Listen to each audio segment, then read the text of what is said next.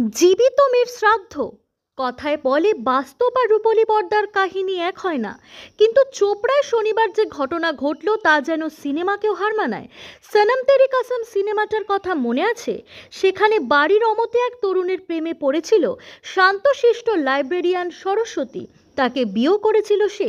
মেয়েরই কাজ মেনে নিতে না পেরে সরস্বতীর বাবা জয়রাম নিজের হাতে জীবন্ত মেয়ের শ্রাদ্ধের আয়োজন করেছিলেন, কারণ পছন্দের পুরুষকে বিয়ে করার পর নিজের মেয়ে তার কাছে এমনিতেই যেন মৃত।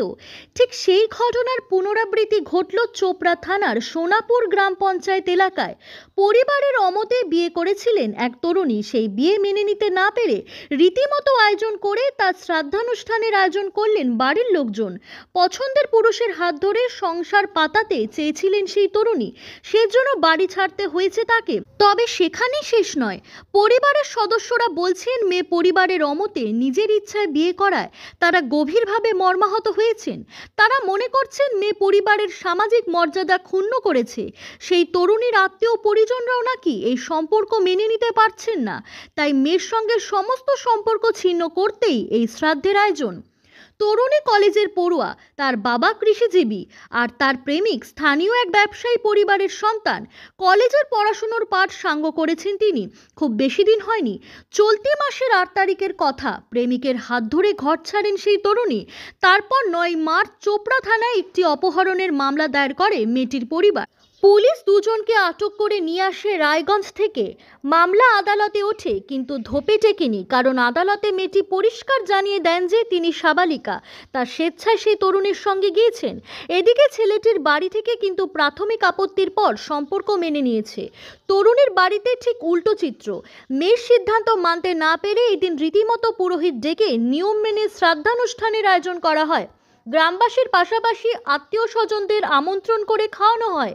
এই দিন প্রায় 100 জন লোক দিব্যি পাত পেরে খেয়েছেন সেই জীবন্ত তরুণীর শ্রাদ্ধানুষ্ঠানে। প্রতিবেশীরা যারা নিমন্ত্রিত ছিলেন তারাও মেয়েটির সম্পর্ক মানছেন না, বলছেন এটা নাকি একটা শিক্ষণীয় ঘটনা হয়ে থাকবে গ্রামের উঠতি বয়সী ছেলেমেয়েদের কাছে। চোপড়ার ঘটনায় সেই সিনেমার মতো হ্যাপি এন্ডিং হওয়ার সম্ভাবনা কম, আর এখানেই বোধহয় বাস্তব জীবন আর রূপলী পর্দা আলাদা হয়ে যায়। Bureau report, APD news. বা ফ্যামিলির কারো মত না নিয়ে তার জন্য মানে আমরা এই সিদ্ধান্ত নিয়েছি আর কি। পরিবারের পাশাপাশি পুরো গ্রামবাসী মিলে? হ্যাঁ, পরিবারের পাশাপাশি আমরা প্রায় গ্রামবাসী সবাই মিলে। কি করলেন আজকে? ওর শ্রাদ্ধ। মানে কি কারণে এতটা যে শ্রাদ্ধ পর্যন্ত যেতে হলো? এটা একটু কারো ভিতরে আমাদের গভীর আছে, রহস্য আছে, ওটা বলছি না।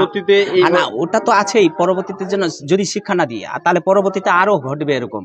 কিন্তু ওই যে বললেন যে কি কারণে, কারণটা বলছি না আর কি, কোন মতে গেছে ওইটা বলছি না আর কি, ওই কারণটা ওইটাই বলছি। কিন্তু ওই শিক্ষাটার জন্যই আরো বেশি বলি, কেন গেছে আরো ওরকম যদি যায় তাহলে সমাজ যদি না মানে, গ্রাম মানে ফ্যামিলি মানছি না আমরা, প্লাস সমাজও মানছে না, তাহলে কিরকম পর্যায়ে গেছে। তার জন্য বাধ্য হয়েছে এরকম করতে, যেন পরবর্তীতে আর কোনো মেয়ে শিক্ষা হয় যেন না করে। কেন আমারও তো আছে, পরবর্তীতে ভাগতে পারে। আপনার নাম? আমার নাম শিশুলাল সিং। কি জায়গা এটা? লুকনি বাড়ি।